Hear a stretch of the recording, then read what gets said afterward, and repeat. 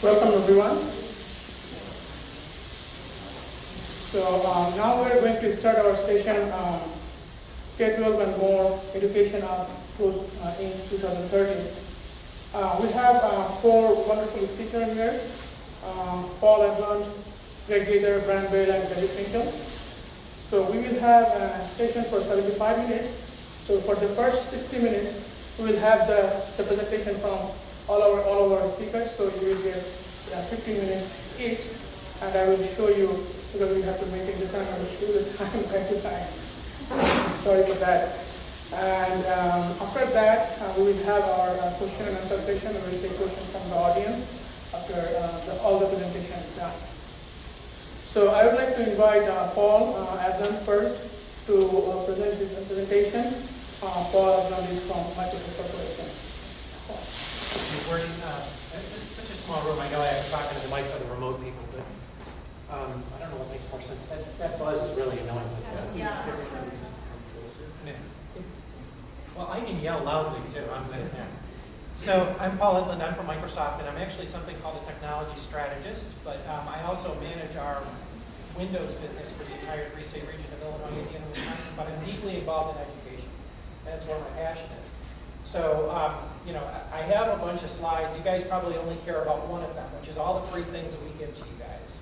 And I put one, I'll put it up actually if you guys want to see it. But basically, I created an easy URL for you, and I'll tell you about it. Actually, but before I get started, what I'd like to just give you is a quick story, and it's an analogy.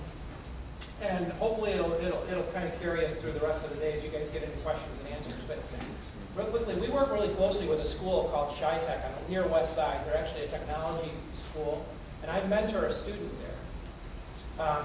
And she's a great student. She was an amazing student all the way through high school.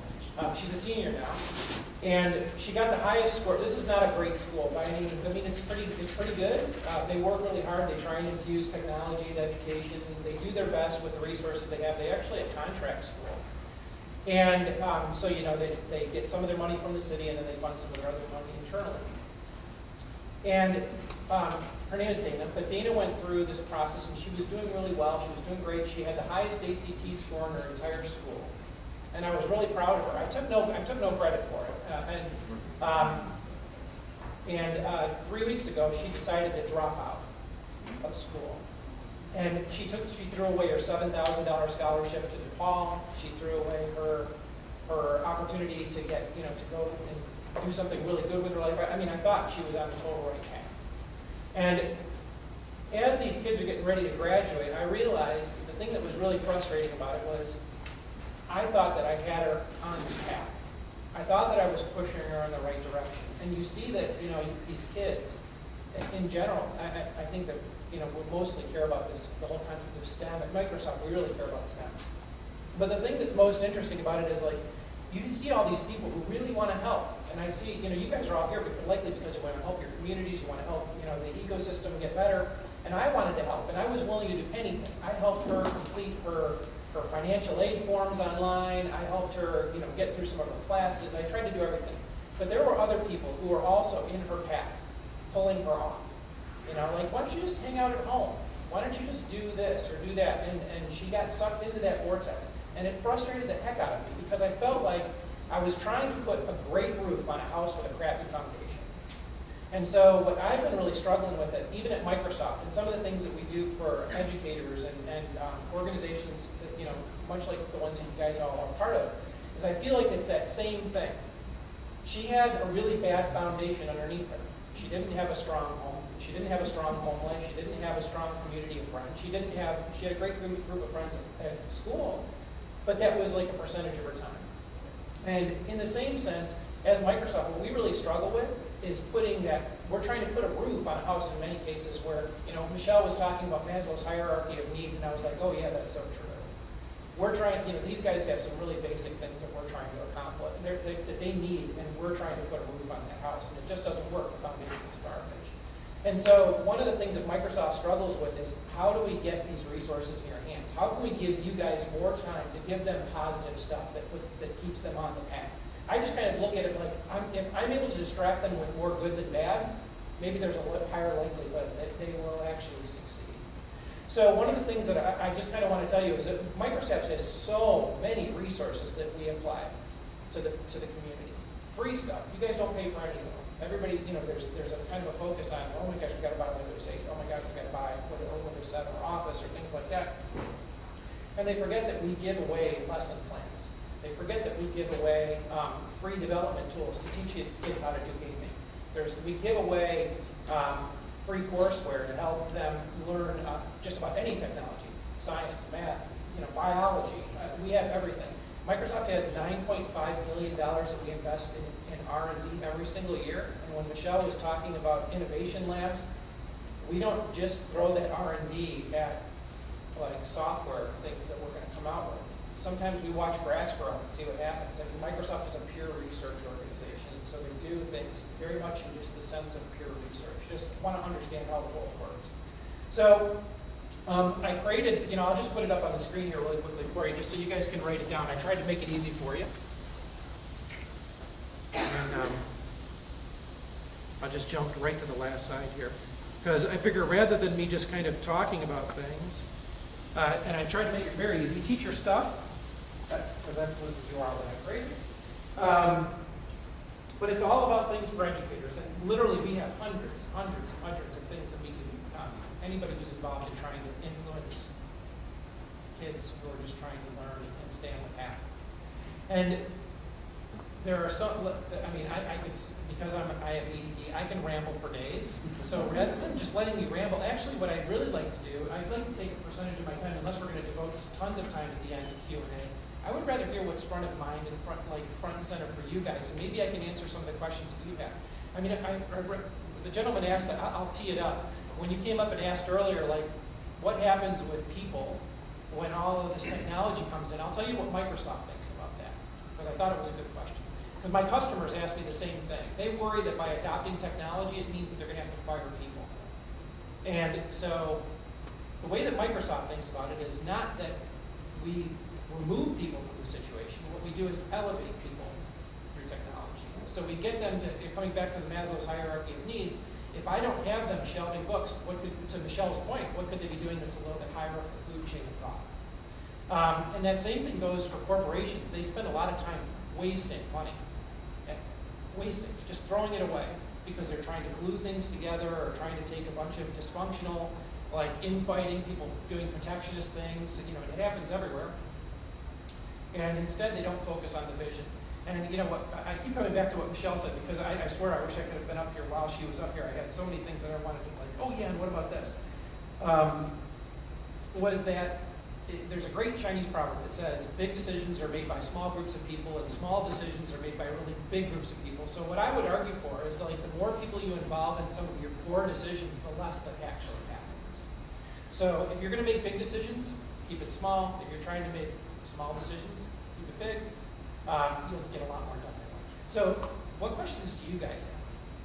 Does anybody have any questions for Microsoft, like how we do things, what we're thinking, where we're going, what we would, because otherwise I'll just keep talking. Yeah, I'd like to make one comment about the employment issue that you mentioned. It's easy to say what you said and what she said. Of course we need people. And of course we're going to have people. We don't want the librarian shelving books.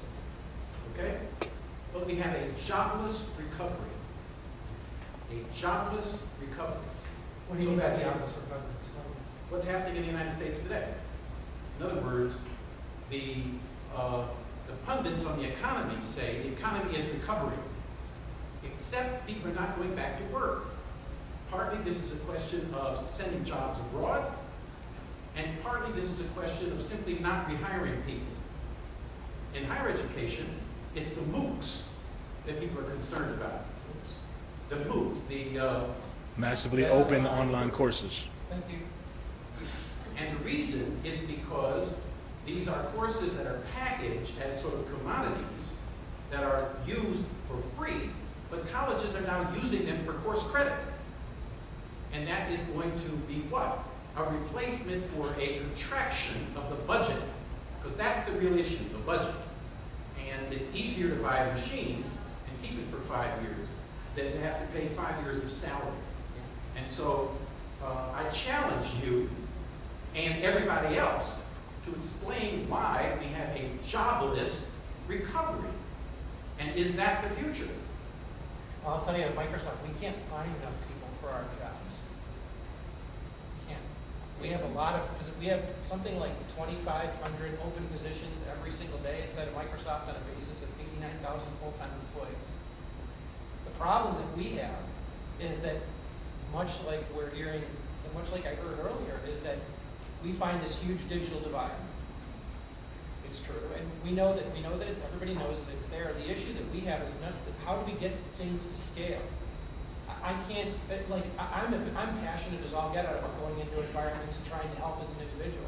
How do I get all of my coworkers to do the same thing? How do I incite Riot and you to want to go do something? You listen to the other three people, and then you respond to what they have to say about the reality of K-12 and how that has been, what has been broken is a school-to-work bridge. And therefore, you, of course, would have a demand for jobs that you can't fill because everybody else is lagging behind. Right. And therefore, the government says, we will bring in people from other countries with the skills you need, but we won't provide the basis on which the people in this country, in Chicago, can get those jobs. Yeah, so I mean, you know, there's a lot of programs. Like I said, Microsoft tries like crazy to get our jobs. So I'm not when I say 2,500 jobs, I'm talking about in the U.S. I'm not talking about worldwide. Just here in the United States. So in terms of the ways that we try and influence that for kids, we have programs that help them get jobs inside of Microsoft. There's obviously a path to that. They have to take ownership for staying on that path and doing the things that are required. But if they exceeded that, they get in. They get in. We hire. I'm serious. I would like you to respond once you hear what they have to say. Absolutely. Now or yeah, right now. Let them talk, and then you respond. If in fact there is a response. I'm not sure I understand, but go ahead. If anybody wants to chime in. I'll chime in. Yeah, go ahead.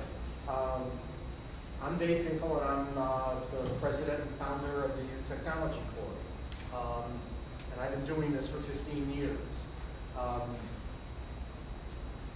I'll answer a couple of different points very, very briefly.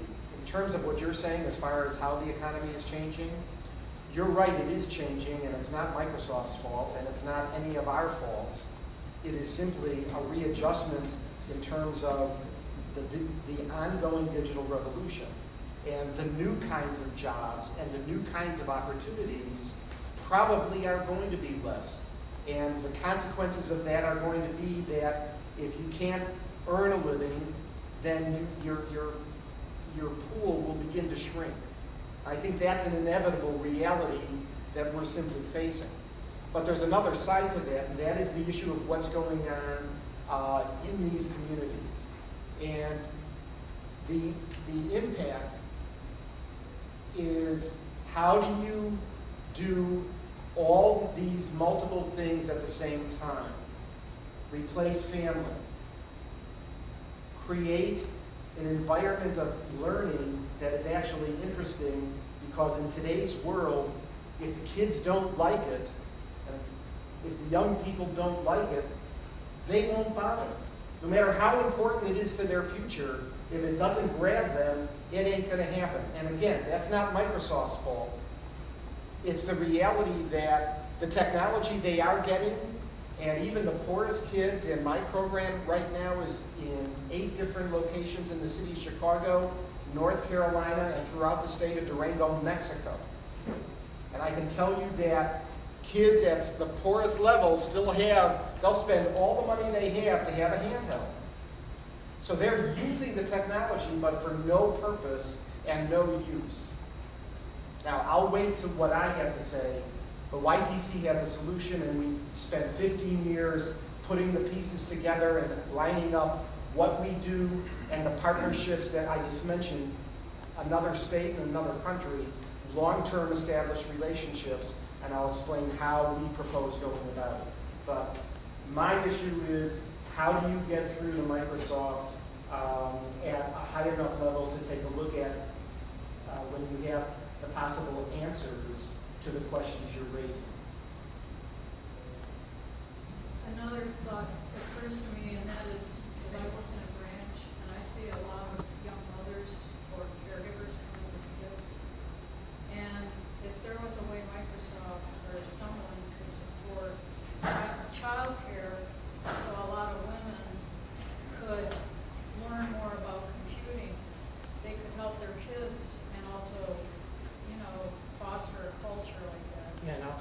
do, and sorry. I mean, We do, but it's, once The again. time and the safety thing. Yeah, we do, but like I was saying earlier, it's the problem of scale. We do it within specific geographies or specific areas, but how do I reach into Durango, Texas, and do the same things that I'm doing in Chicago or DC or Seattle or New York City or or Boston or the other places where there's a higher density? It doesn't scale, and it doesn't scale because what we have to do is kind of evangelize out, and then I have a slide up there. The slide before this one is a ripple. And that's what we're trying to work on, is how do we generate ripples that kind of go into the community, and we find those people who are truly passionate and let them evangelize. Well, just talk about it, maybe, slip in a few words here and there. Moms need to have this time, moms need to get trained, whatever. Yeah, and so we have a Or few. whoever's caring for the child. We have programs for people who are out of work. We have programs for, called Elevate America. We have programs in communities where we're actually starting up community centers, some of them on the near west side and on the south side, to augment some of the libraries that Michelle was referring to, but they're actually based out of schools where people can, I'm down to 0 minutes, where people can go into schools and get additional training, but it's not just for the kids, it's for the parents. I mean, the biggest issue that we've got is so fine, we put high-speed wireless internet access in their house, and the kid spends all day long playing Xbox on it. What we're trying to do is figure out ways to transition. By the way, we don't look as Xbox as a bad thing. There's a lot of companies who are trying to take that gaming thing and turn it into an education thing. But if you teach the mom about Xbox, I mean, if they speak Spanish and they barely can get the groceries, and they have 4 small kids underneath the 6th graders playing games, I'm just saying, try to There's so many address places. that audience. I need to be mindful of everybody else. I could go on for Yeah, hours yeah. and hours and hours about how we're doing natural language translation, how we're trying to break down verbal barriers between people, signage barriers, all kinds of visual things. Literally, I point my phone at a piece of text or have you speak Russian and out comes English. Right? How can I change? Those are things that we can do with technology, but not all of them are things that I can do directly in the house. I mean, it's such a bigger problem. So I need to give them time back, and you guys can always beat me up after this as well. We'll probably have more open Q&A. We'll have Q&A session at the very No. end. So now I would like to invite Gaither from Woodlawn Juvenile Reentry Project to present his presentation. Thank you. Good morning, how's everybody? Good morning. Good. Put the mic in front. Okay. Can everybody hear me now? Okay, good. Okay, I am from the Woodlawn community on the south side of Chicago. I'm a native of the Woodlawn community, born in the Woodlawn community. I currently reside in the Woodlawn community. And I don't know how many people we have here from Chicago and from the south side, but if you know anything about Woodlawn, Woodlawn is the community that actually gave birth to the Black Keystone Nation, the Blackstone Rangers. As a matter of fact, about a couple of weeks ago, there was an incident in Woodlawn where a young baby was killed because the hit was actually on her father. And so they shot her father 2 or 3 times, and in the process missed him and shot her, and the infant died in the hospital. So we're in Woodlawn addressing youth gangs, juvenile reentry, and a number of issues around public safety.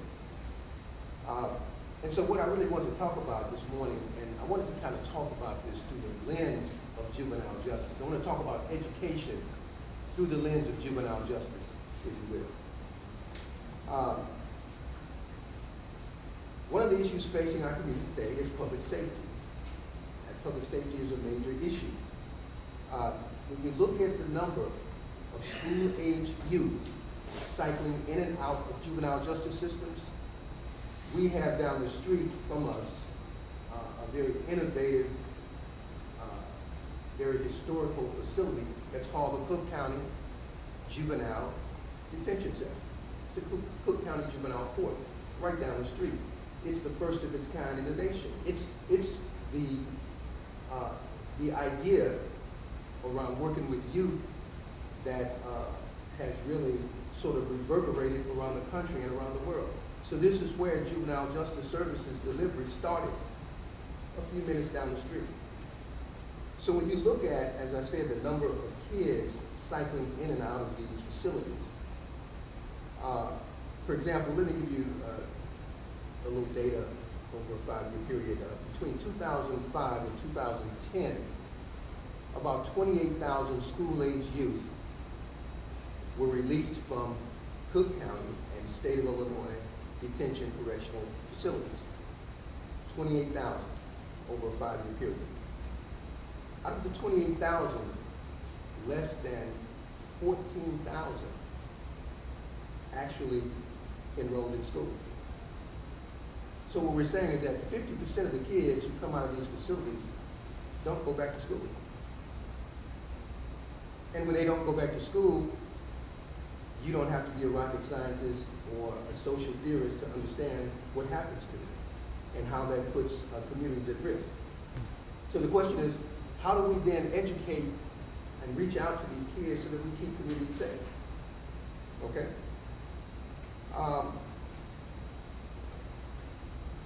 With the recent shifts in what we call rehabilitation of youth coming out of these facilities, the locus of service delivery has sort of shifted from the institutional to the community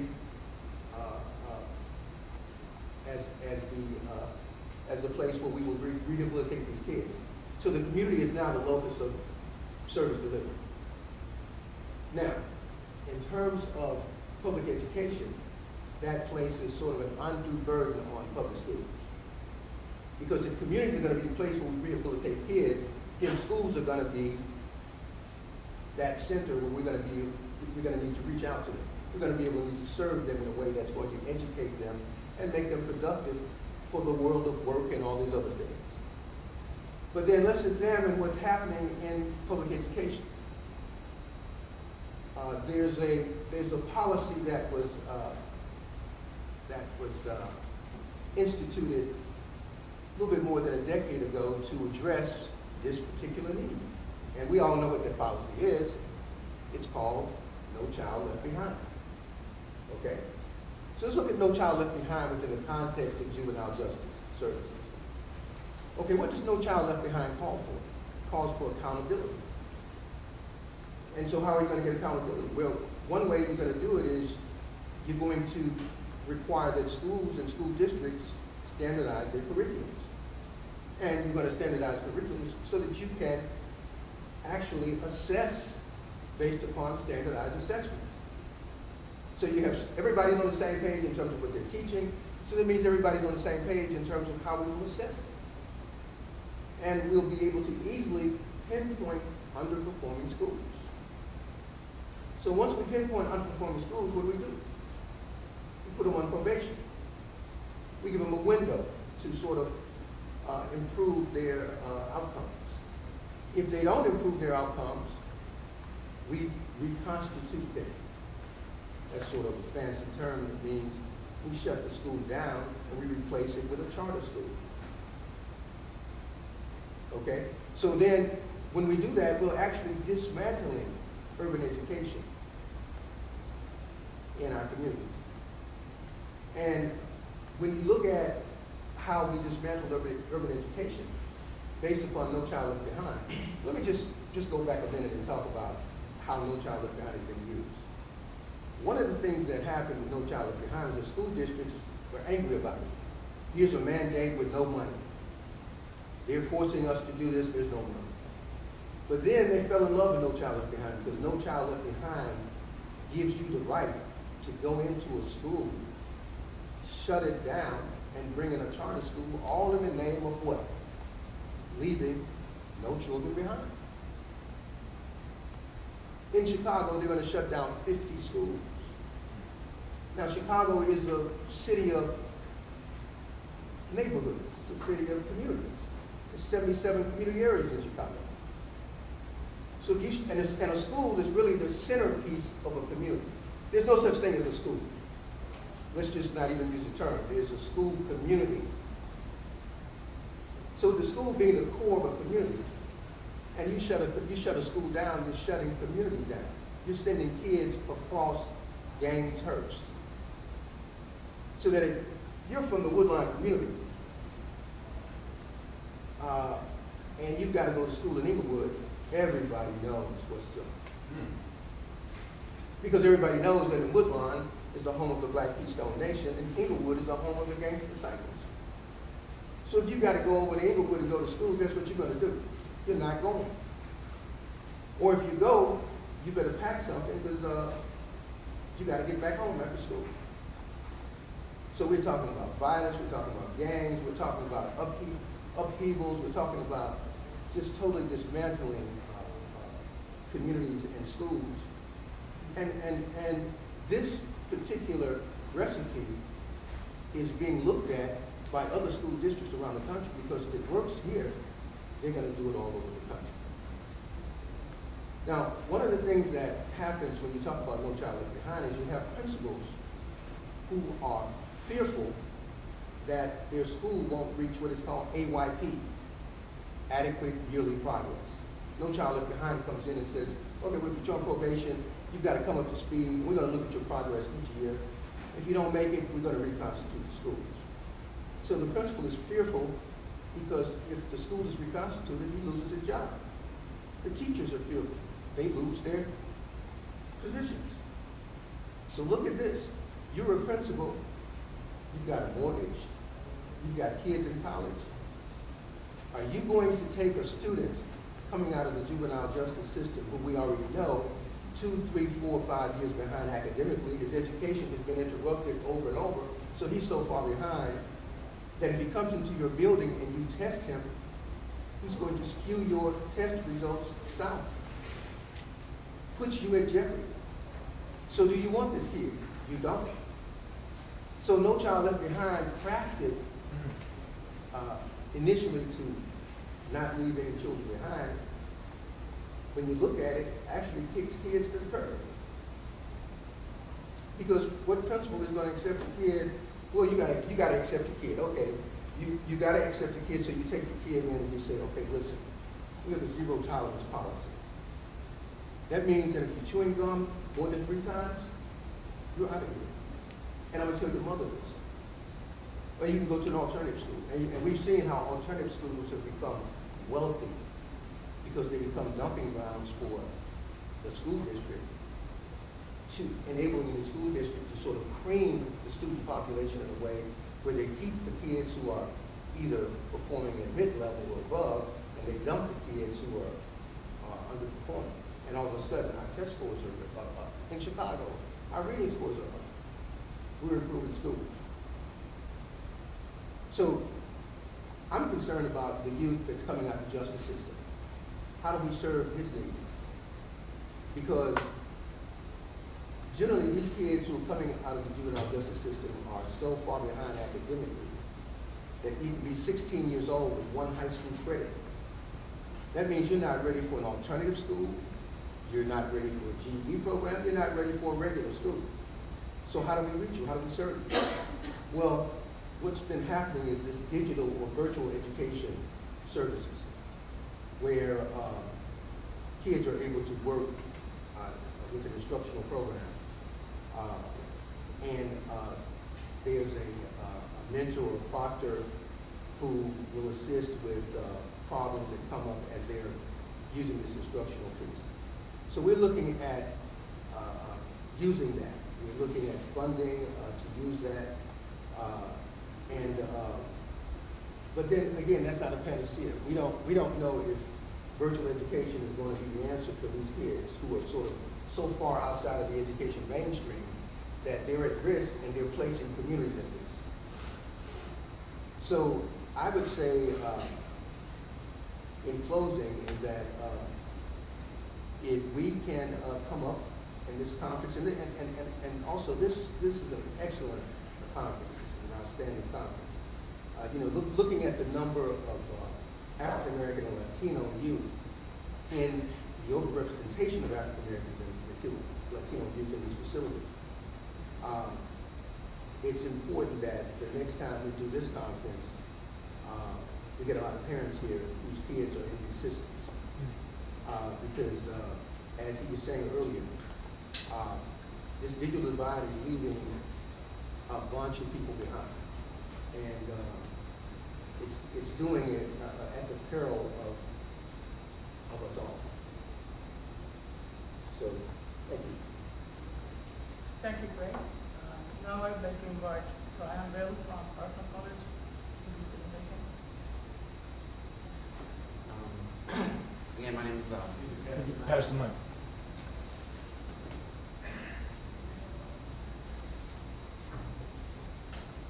is that better? Again, my name is Brian Bell from Parkland College, which is in Champaign, Illinois.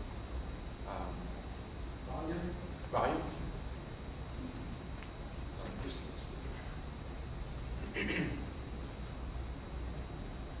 Is that better? I can try to speak louder. Brian Bell from Parkland College, Champaign, Illinois. I teach a computer literacy class at the community college. My students are adults. I teach adults mainly. I do workshops with high school students, and I also do workshops with traditional college age students aged 18 to 22.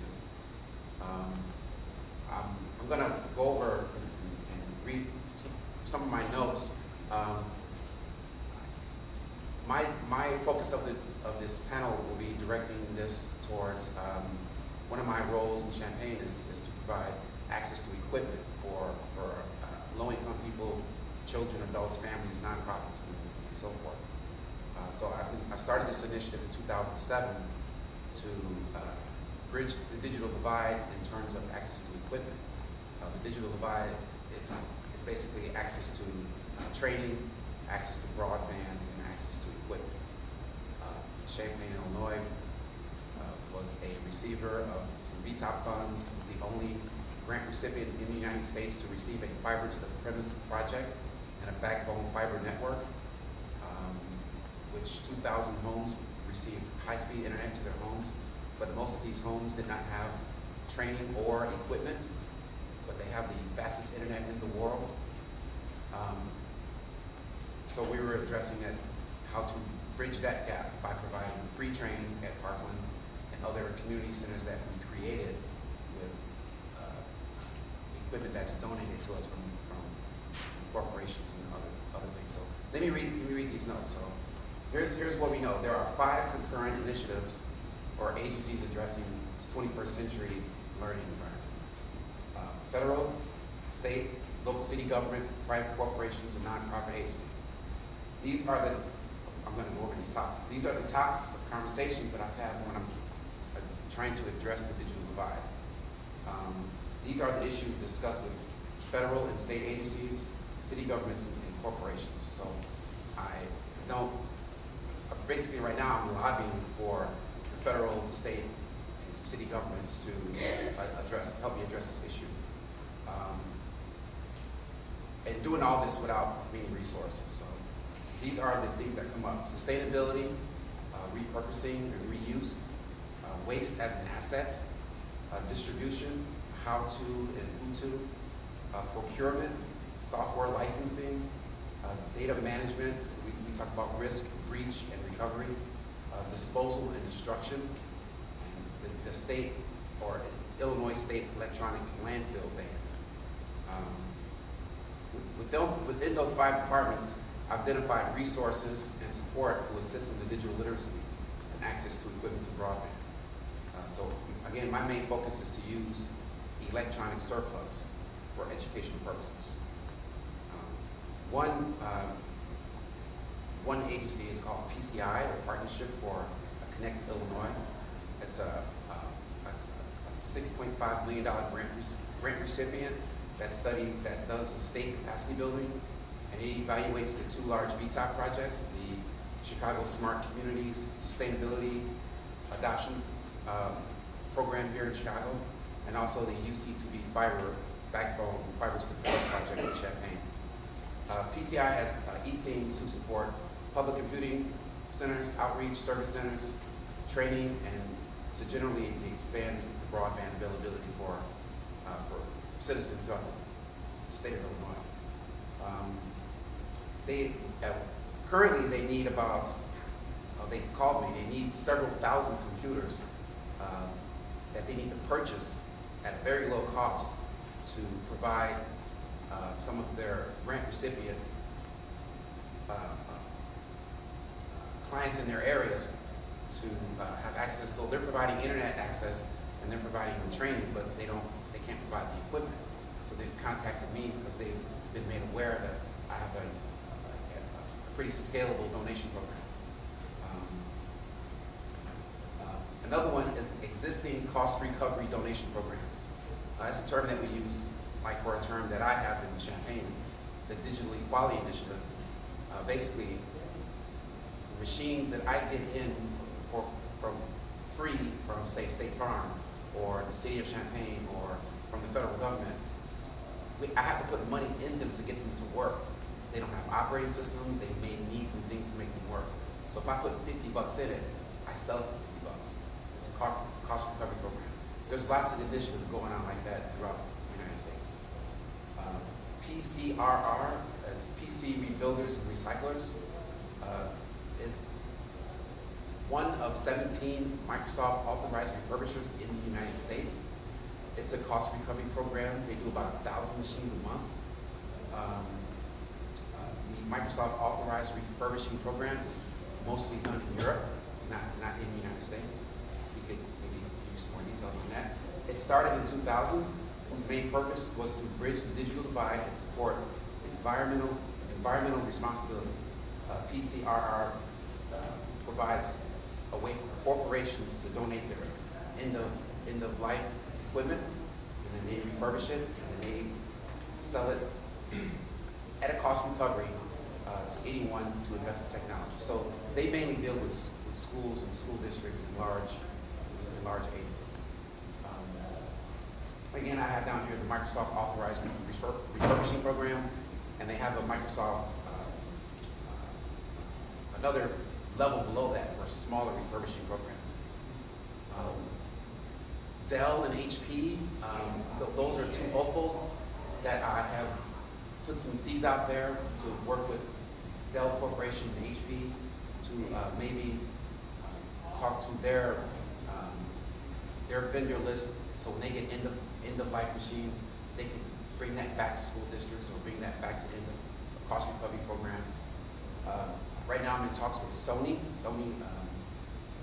They have an electronic surplus warehouse, and they contacted me and said, what can you do with all of this equipment?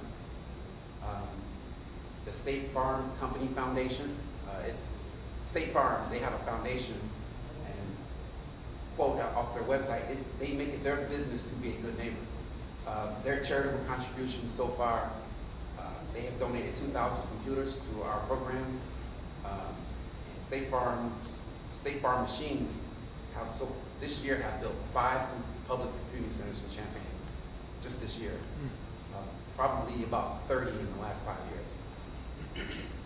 The federal government, the Computers for Learning, Executive Order 12999 was ensuring opportunity for all children in the next century, and their goal was to make modern computer technology an integral part of every classroom so that every child has an opportunity to be educated to his or her full potential. That's public law, and came out in 1992 by Bill Clinton. The purpose of that program is the direct transfer. Direct transfers are authorized by law to schools, educational nonprofits to extend the life of the computer, help needy schools, and contribute to a cleaner, greener environment. In 2012, the GSA issued a bulletin to all federal agencies, in quotes of section 1-C, you are strongly encouraged to do the following: donate to nonprofits and schools. The state of Illinois, the Central Management Service, does everyone know what they are? It is responsible for every single piece of state equipment, toilet paper to buildings. It all goes through CMS, including electronic assets. I've been very fortunate enough.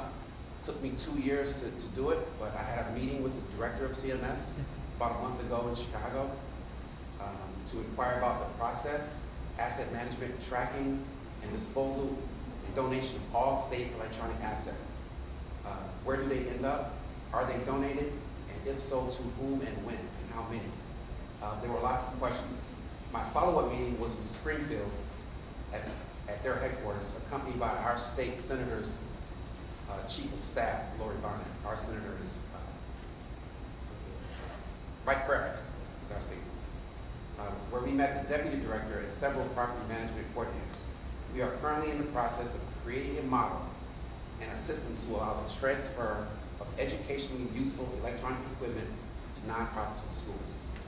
Legislation already exists on the books to make this happen. It's called the Electronic Product and Recycling and Reuse Act. It was a Public Act 95095. Right now, we're just trying to reduce that red tape to get all of it's about what it's 100,000 computers from the state of Illinois end up somewhere. We're trying to redirect that equipment towards school districts. Combining awareness and knowledge and resources, we can provide the tools necessary for learning in this high-tech environment without much money.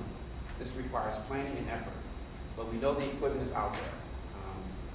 Putting it to good use, given some state and given our state and national fiscal crisis, this is a new national agenda.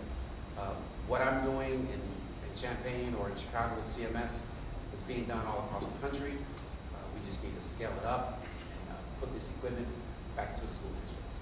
Thank you. Thank you, Brian. Now I would like to invite our last speaker, David Finkel. He's from Youth Technology. Hi, everyone. I also have ADD, so I'm going to be careful about not going over time. The Youth Technology Corps, we believe that we have, in terms of the different issues that have been proposed today, we really think we have a potential solution, and we have a practical way of applying it now, not an idea talking about it. It's been 15, 17 years in development. We've worked from a number of different pieces. Let me boil it down first. We call it the Youth Technology Corps Network. And it is surrounding the basic concept of an out-of-school, after-school technology computer club. In this club, young people are getting donated material, refurbishing it. As they refurbish it, they are learning how to do it, and then donating it into their community. In the process of donating it, which they participate in, they are not only being able to get the reflection of their hard work by having adults thank them for what they do, but they also participate in finding and choosing who's going to get the donation.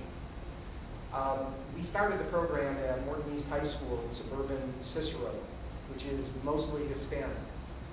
As the group that developed this, our objective was never just a community basis.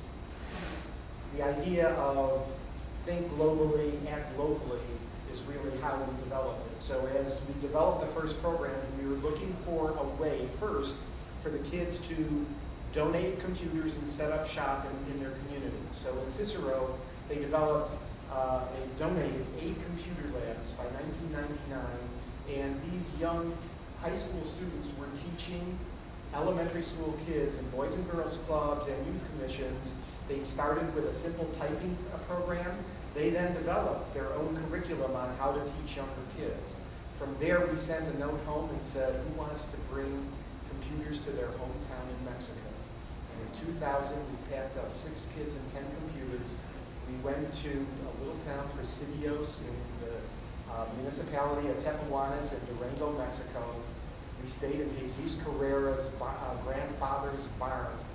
The kids got up in church on Sunday and announced that we had brought the first 5 computers for the primary school and anybody in the community who wanted.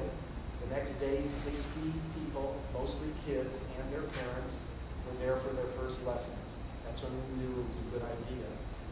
The kids that we brought, so we impacted the community, but it was more amusing to watch in 1 week what that did to the 6 kids that we brought, all of whom went on to either engineering or advanced biology degrees. Over the years, as we grew this, we have brought or shipped 800, and when I say we, I'm talking about the kids of Chicago, not an organization. Kids of Chicago have donated 800 computers to the schools of Durango. They've also donated over 3,000 computers to the communities, schools, and NGOs around Chicago. So that's the basic. I mentioned that we were going to Mexico. Violence and the problems in Mexico got serious enough that after 2008, we couldn't bring kids to Mexico anymore. But the power of taking kids with the computers they built to another place and setting up shop and donating and holding demonstration classes, we not only impacted the community we were in, but their lives were changed dramatically in 1 week.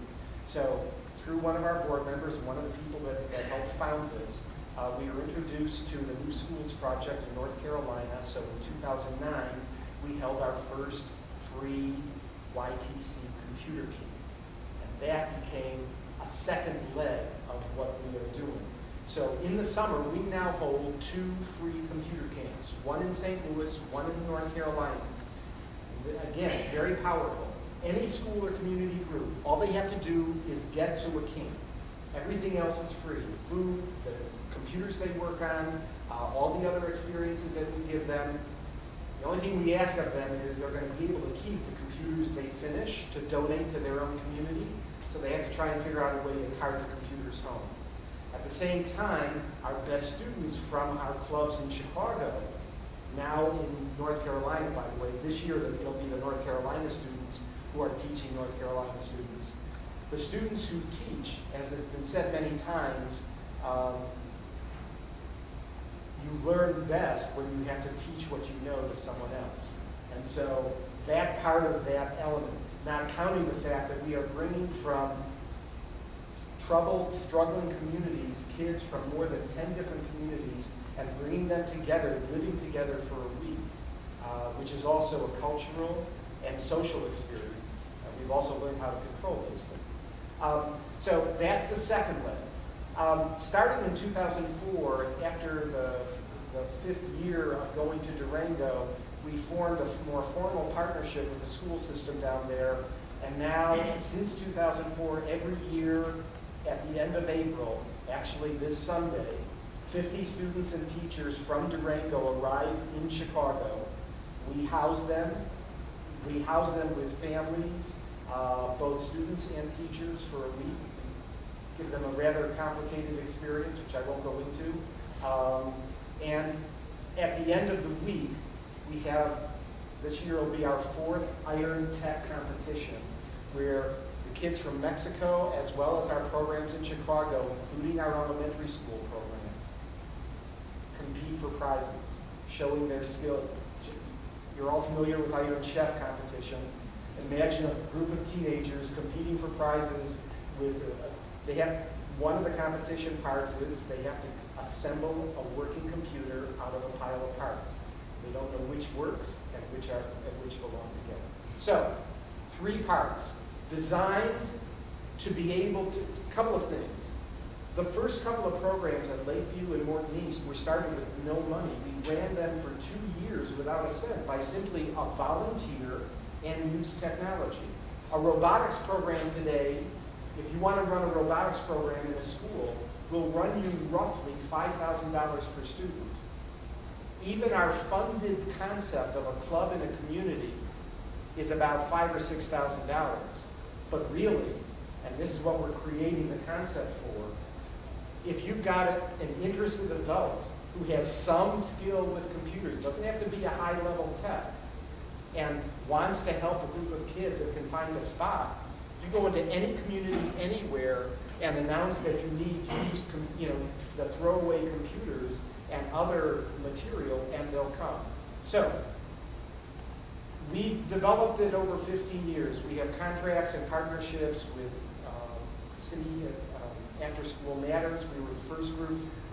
In 2002, the City of Chicago After School Matters, their rules up to them were that you could not take a student out of school, out of the city, or overnight. In 2002, after literally a year and a half of negotiations, they funded us to take one of our after-school matters programs to Durango, Mexico, to another country for a week. It's been a long process of building a reputation. Anyway, at this point, we now have enough in motion that we've begun to sit down with different groups in Chicago, starting with Youth Guidance. For those of you who don't know who Youth Guidance is, they are a city service agency that provides social services and after-school services to 84 Chicago public schools. Northeastern Illinois University, which is involved in close to 100 schools throughout the Chicago area, and Ceasefire. You should all know Ceasefire because it's based at UIC. Those three organizations, we've talked to them about forming these clubs. The idea that YTC is a kernel, a social entrepreneur franchise, so that we can be the glue. So if anybody in this room is interested in helping their community start a YTC club, a couple of options. Option number one is if you could get a group of your kids to St. Louis at the end of July for a week, they can both have the experience and you can learn about a club. Or you can connect with us in terms of what are the pieces of forming it. By the way, one of the things we've instituted through one of our partners, which is PC Builders and Willie Cave, is that we are now licensed Microsoft refurbishers. So each of our clubs, not only are the kids learning how to fix computers, because Microsoft's requirements for a nonprofit Microsoft refurbisher are at the business level, the kids participating are not only learning how to fix the computers, they're also learning what the business requirements are for keeping records. So our group in Evanston just made a donation of 10 computers to the Handguard Center, a community center on Divine. And the kids were showing me when we went how everything was ready so that after the COAs, our certificates of authenticity, are put on the computer, they had all the information so that when we will expect ultimately to be audited, everything will be in order as far as who received their computer. So I'm not suggesting that YTC is that we're offering a simple, complete box. We tried to design it so it's adaptive, so that each group who joins the network can take part and fit in with what we're doing. We aim three pieces of this. At the club level, basically a seamless event where the use technology of any community as it comes offline, enough of it is diverted into these low-cost clubs so both kids are learning and the technology is without cost going back into the community. At the same time, the club becomes a way to promote. If you go into another state, as right now, the governor of Durango, it's not Durango, Texas, by the way, it's Durango, Mexico. So the governor of Durango, Mexico, we are formulating a structure for the clubs they want to hold in Mexico, in Durango, but that the way we will kick it off is by holding a couple of years of computer camps so that we can bring people together and build scale. By the way, the issue of scale is very real. How do you get qualified people in part-time jobs after school? The pay is less, it's not full-time, and the hours are often right in the middle of business days. So one of the things we're developing with both Northeastern Illinois University and a professional filmmaker is a series of very short, obviously YouTube or internet-based video, so that the idea, for example, to start with, how do you open up a computer, might be a 45-second video with 3 different cases with very close hands-on ability of what to do to take that computer apart, to open up the case.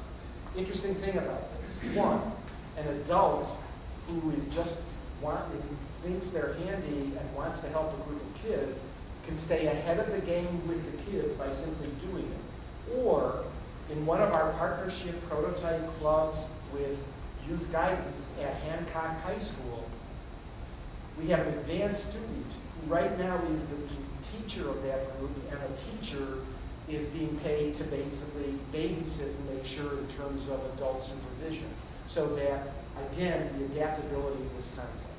In finishing, I don't know, I think I'm just about out of time. I come here for two things. One is an invitation.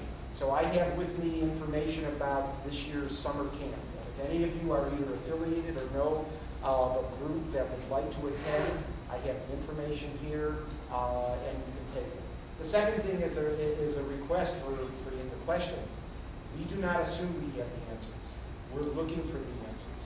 As I said when I commented on Paul's comment, the first foremost problem that I've seen over the years is how do you keep a young person's attention in a world that is increasingly distracting him or her from anything. I want to leave with one wonderful story of one of the kids. We always tell them about donating computers to their own community. That's part of our invitation. And this young man, Ramos Diaz, his family is from Peru. He was born when they arrived here. They've been talking about him going back for the first time after hearing and becoming part of the program at Morton East. He is now well on his way to raising the money. He is on his own, a little bit of push and help, but he has found an international volunteer organization that has work on the ground in Peru. They have helped him identify a girls' orphanage. He is raising the money to not only bring 5 computers and set them up, but to set them up and pay for the internet for at least 1 year. He's a junior. He wants his group, when he comes back to school, to stay in touch with the kids in this orphanage and help them during the school year for both their families. So, that's where we're at. I hope I get an invitation. Thank you. By the way, one last time, I really appreciate all the information I've learned from the people sitting on this in this group. So I have something to talk about with each one of you. Thank you. Likewise. Thank you, everyone, and thank you, the speakers. Now we have 15 more minutes. So now I would like to open the question and answer session. So if you have any question, please come to the mic and say your name and ask the question you want to ask.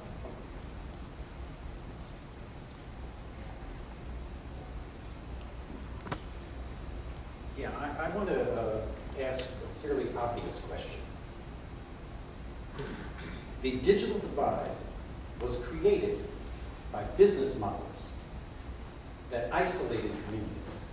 So much so that, for example, the state of Ohio, AT&T was sued, found guilty, and had to come up with money to facilitate the communities that had been redlined to get access. So the market creates its own problems. Now, part of the solution is the difference between proprietary software, Microsoft, and open source. Now, this is an interesting problem, and it really has to do with what is going to be the nature of the information society. Are we thinking of Microsoft as sort of General Motors? As Microsoft goes, so goes the country? And the benevolence of the capitalists who run it? Or are we seeing, as for example, Lawrence Lessig, the lawyer from Harvard, would say, that what we need is free culture. We need open source. We need to make sure that absolutely everybody is included in a democratic fashion, as opposed to accepting the handouts and therefore the connection. So like the drug dealers in the community. You go into a community, you give some drugs for free. And tomorrow you come back, everybody rushes to you for the goodies, and you say, no, you gotta pay. And so there's planned obsolescence. We heard about that earlier. This version, Word is out, the new version is in. Everybody has to readjust because there's a business model for profit. That's at the heart of it. Now I'm going to end with saying something very controversial. Pew put 2 words in front of people. Capitalism was 1 word. And black people in the United States said, 50% said, that's a good word. Then they put the word socialism in front of people. 53% said that's a good word. It seems to me software information in the 21st century yearns to be free. It must be free. The kids taught us that with the MP3 and sharing. That destroys business models that are essentially oriented toward profit. This seems to me to be at the core here of these issues. I'd like a response. Where do you want to start? So I'll kick it in. So yeah, I mean, no doubt, Microsoft makes money. We're in the business to make money, and we leverage intellectual property in order to make money. So in case you thought I was going to defend that part, there's no lie. And I would say that we've fed a disproportionate number of people in the country as a result of that intellectual property that we created. Many people, most people sitting in this room, make their money from the intellectual property that we've created and feed their families and put their kids through college. However, there is also a large proportion of our business that's dedicated to making sure that that information is free. And Microsoft is the largest contributor to the open source community today, which most people don't know. So there are parts of intellectual property that are free, but research in and of itself is not free, because if everybody worked for free, nobody would have money. So I would argue that you have to have some balance between things where you put the work and effort in. Everybody thinks that Google Chrome is free. Google monetizes you by making you buy advertisements. Everybody thinks that there are parts of Apple's ecosystem that are free. Apple charges you a disproportionately high amount on their hardware. Microsoft charges you for software.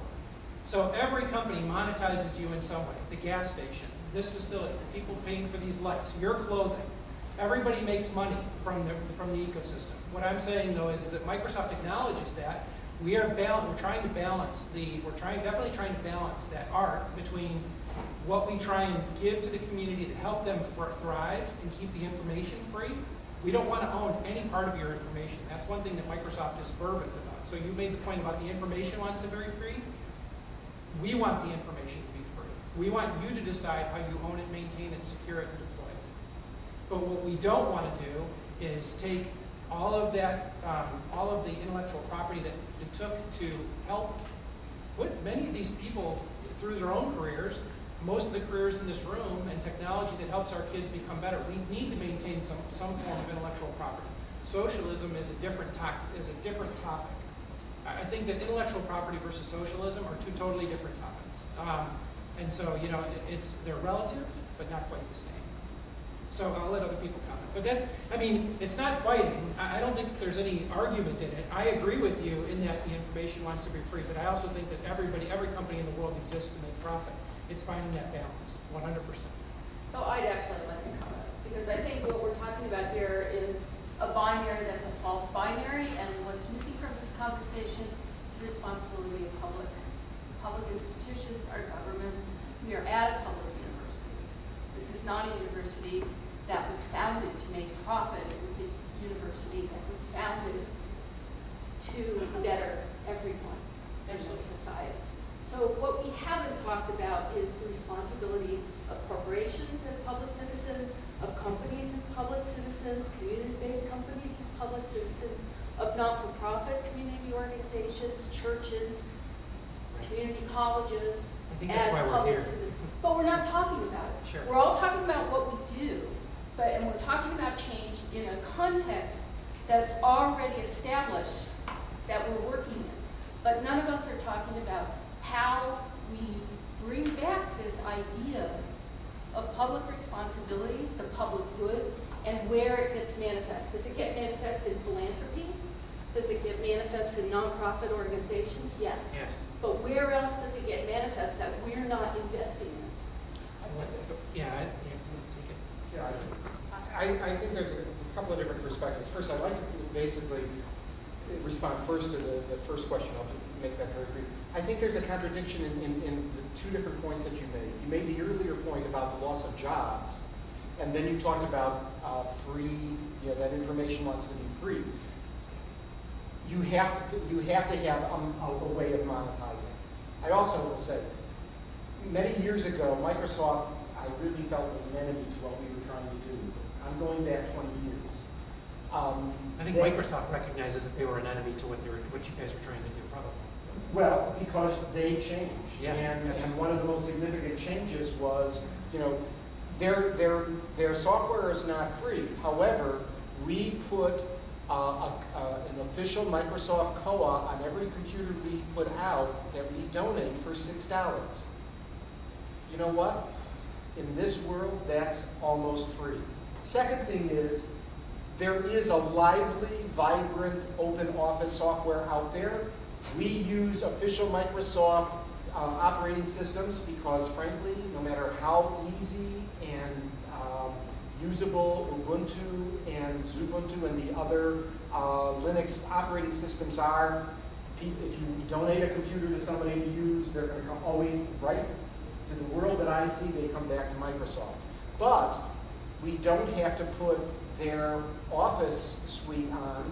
The Open Office suite is robust enough to be able to use and adapt. So we live in both worlds. So now, in terms of the answer, I'm a political activist. I'm really not interested in addressing the issues of how we do it in philosophical terms, but rather how do we apply and do it. And so, as I described, we teach good citizenship without teaching it. Having a kid go out and donate a computer to an adult and have that adult heap praise on them for having done it is already giving them a connection that, gee, learning something cool and helping somebody gets me a pat on the back, versus most of the interactions they have with adults is either you did that wrong or this is your assignment. So there are ways of doing it, and the various issues, but let's do it on the ground. Let's give the communities the tools. We tried to set up our own programs in the different communities, and we realized that doesn't work. But with a little bit of help, we can create and give that network connection to a lot of communities. And I think that's the solution in terms of a system, a club that's integrated to attract attention. One of the things that the club does is just the social reaction. You don't get the kind of social connection to the kids in a class or a program that you're supposed to learn. You do if it's a club that's taking you on field trips and doing fundraisers and other things, so that it's not just about the technology, it's about the social environment that you're joining, or the chance to go on one of the camps, or to compete in the competition. Sorry if I took too long. Can I wait? I just want to weigh in on a couple of things. I think the key question here is basically, what is the thrust of communities? How do communities take ownership of what's happening? For instance, I did a presentation back in October in Las Vegas at the Juvenile Justice Symposium. The presentation was about how to build community capacity so communities can then be that place. Remember when I said the locus of service delivery is now being, there's a shift from institutions back to communities. So communities are going to be the place where all of this rehabilitation and all of this work in juvenile justice is going to be done. But guess what? Communities don't have the infrastructure to do it. So what's the role of government? What's the role of business, bureaucracies in assisting communities? Well, the problem is that there's this perception of top-down. So that I was at some conference in a restorative justice conference, and this public defender, or he was the chief of public, he was the chief of the public defenders for the juvenile court, I think somewhere in Springfield.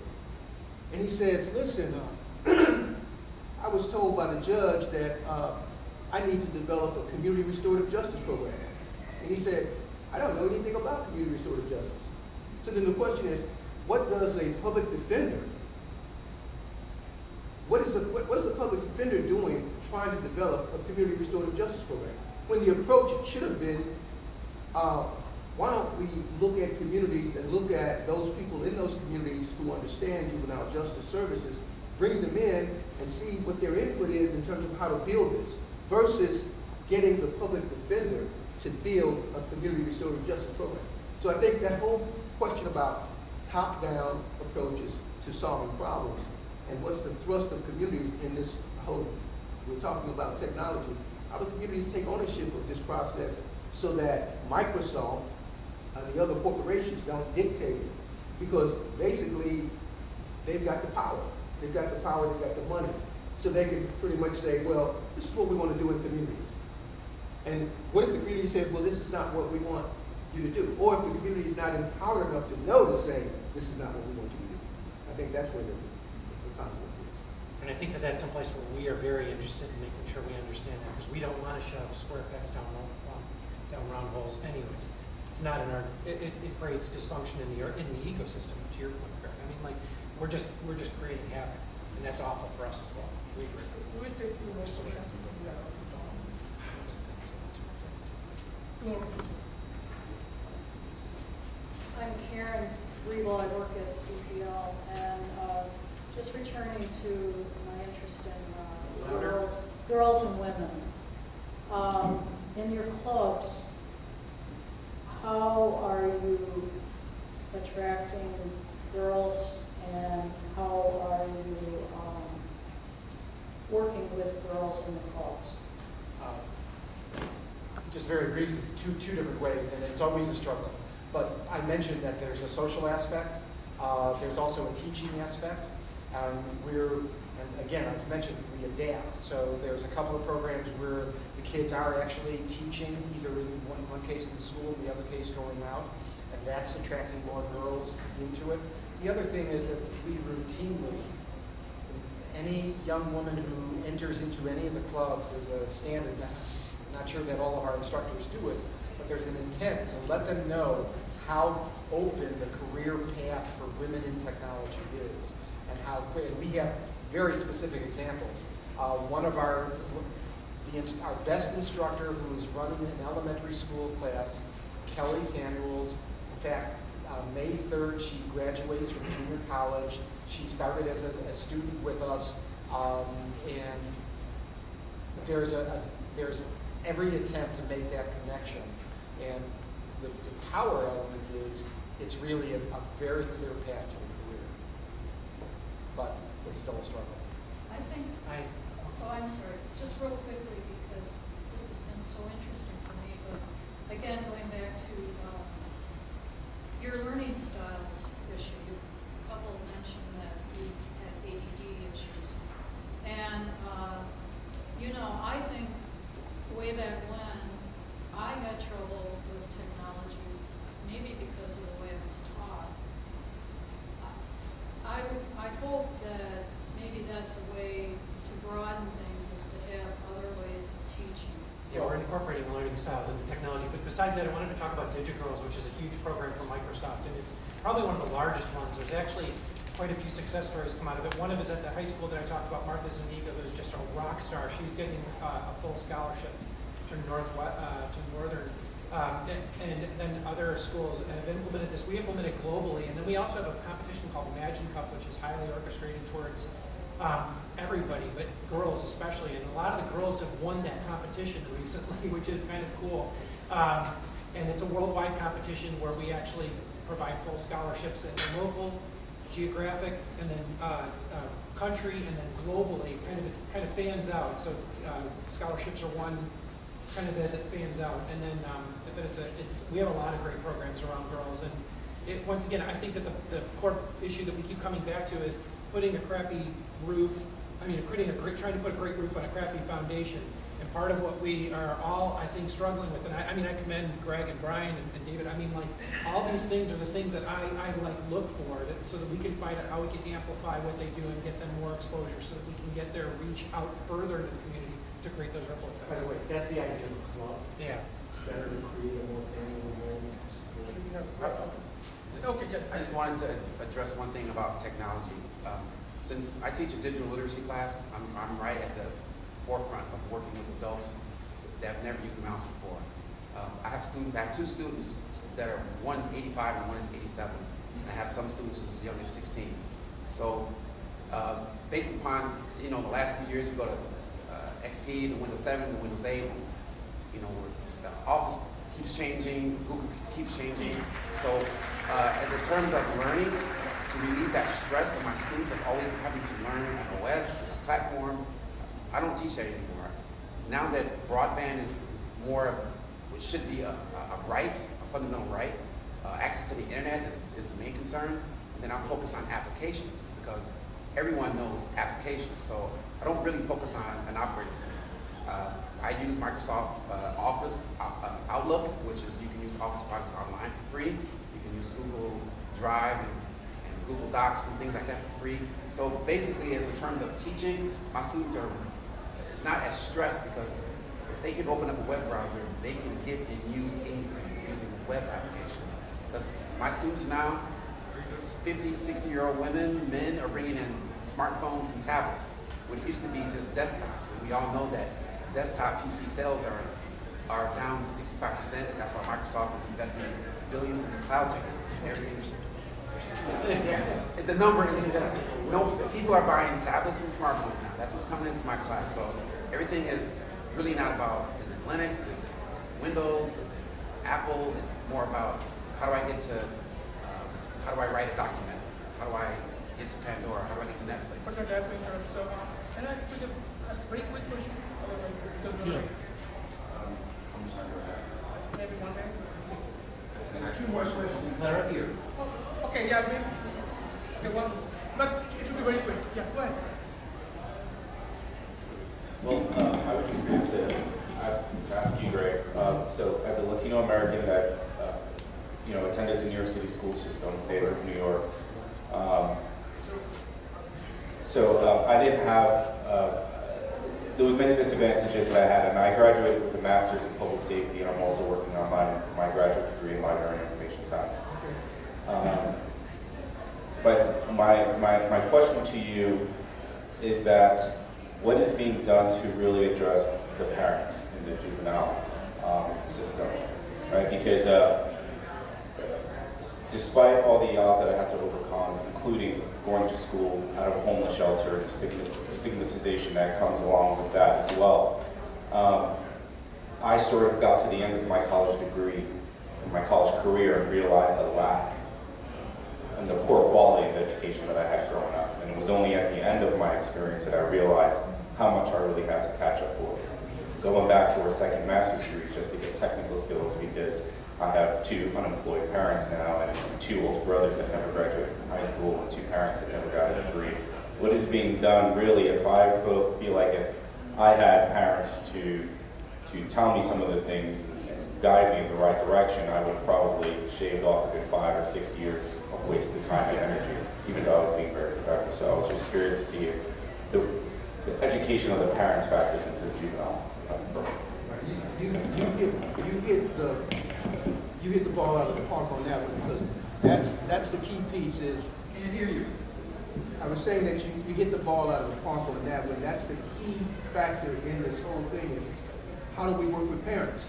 So that right now, if we were to get up and walk down to the juvenile detention center, juvenile court, and we go on to those calendars, which are basically courtrooms, and they've got about 20 calendars there, and we go into each one of those areas where they've got the court, and then there's an outer lobby from the court. And you're going to see single mothers, African American, Latino mothers, sitting, waiting for their cases to be heard because they're with their son.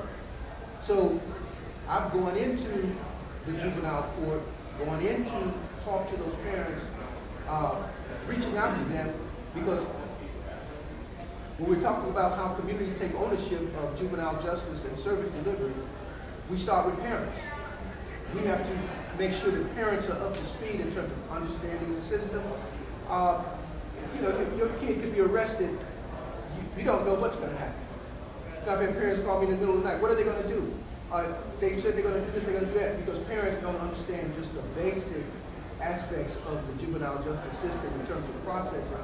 And when I talked about overrepresentation, African American, Latino youth at every stage of that process, that means the arrest, adjudication, confinement, as well as reentry.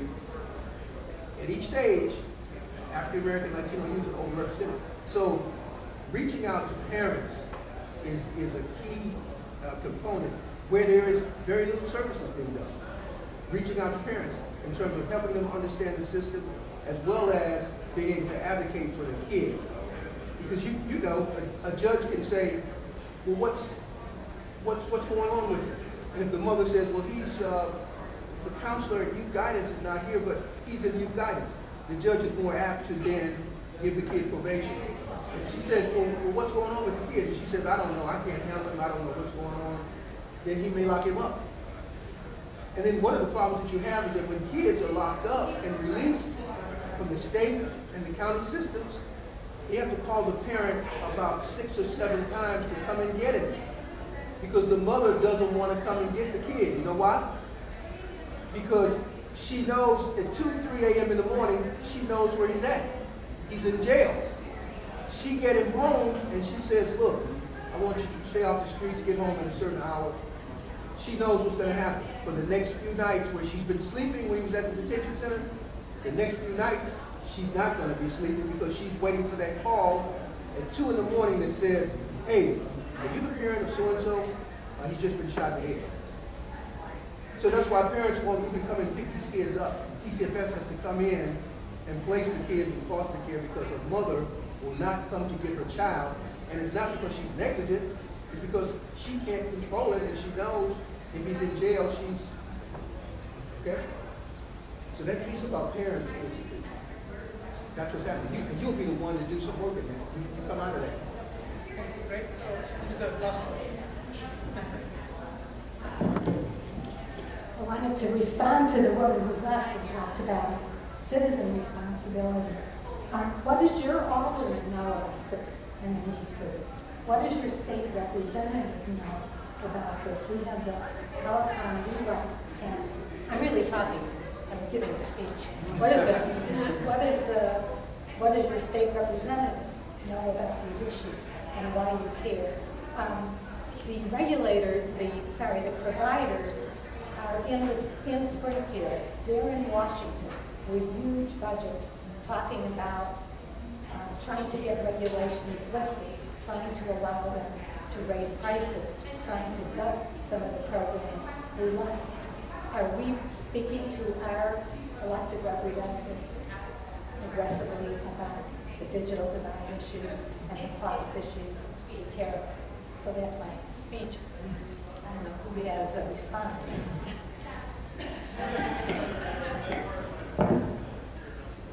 Okay, thank you everyone.